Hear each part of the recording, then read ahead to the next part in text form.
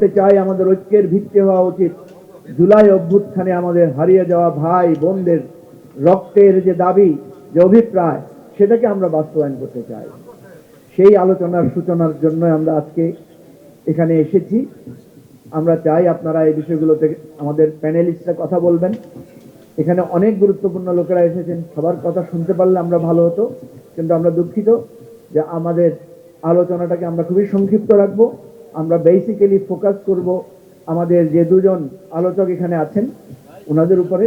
আমাদের আরেকজন বক্তা ছিলেন ডক্টর বদিউল আলম মজুমদার। আপনারা পত্রিকায় দেখেছেন যে আজকে জরুরি ভিত্তিতে 11টায় ঐকমত্য কমিশন মিটিং ডেকেছে এবং বাকি কার্যক্রমের ব্যাপারে ওনারা সমাধান করবেন।